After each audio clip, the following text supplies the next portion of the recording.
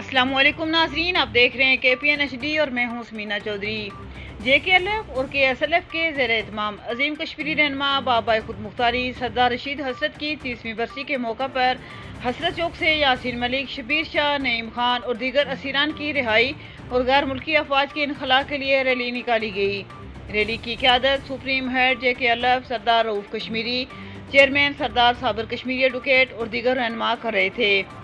Rally کے شرکاء غیر ملکی غاصبوں چھوڑ دو کشمیر کو، رہا کرو یاسین ملک کو رہا کرو، کشمیر بنے گا خود مختار، ہم کیا چاہتے آزادی کے فلک شگاف نعرے لگا رہے تھے۔